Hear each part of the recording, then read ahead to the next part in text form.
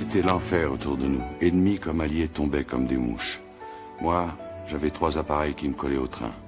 Je faisais de l'acrobatie pour m'en dépêtrer et je ne voyais même pas que mes camarades allaient au tapis les uns après les autres. Très vite, je me suis retrouvé tout seul.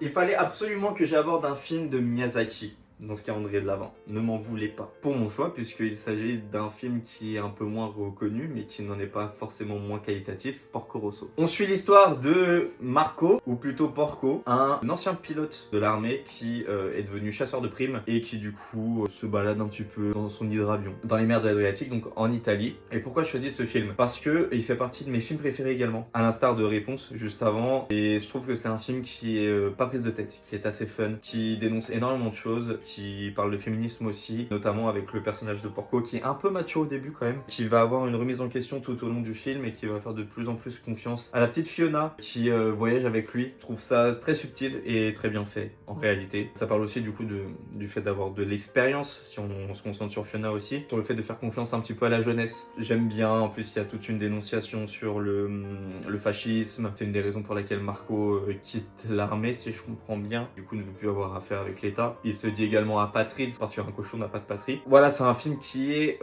pertinent en réalité, qui a en plus de très belle musique, qui a une très belle animation, qui ne se prend pas la tête et qui a un doublage d'extrêmement bonne qualité en français, où nous retrouvons Jean Reno dans le rôle de Porco Rosso et dans le rôle de Donald Curtis, l'américain qui est le rival de Porco, on va retrouver Jean-Luc Reichmann. Voilà. Je pense que ça peut surprendre plus d'un. On connaît à peine sa voix, c'est-à-dire à quel point il a très bien fait le travail. Savoir que Miyazaki trouve que le doublage français est meilleur que le doublage japonais. Il faut se rendre compte du coup à quel point il a pu être impressionné par la qualité de notre doublage francophone. Si vous n'avez pas vu ce film, il faut vraiment le voir. Il dure vraiment pas longtemps. Je crois que c'est 1h15 à tout casser. C'est pas prise de tête, c'est intelligent, c'est stylé, c'est beau, c'est trop bien, c'est Porco Rosso. Si cette vidéo t'a plu, je t'invite à t'abonner, liker, partager. Je te remercie et je te dis à demain.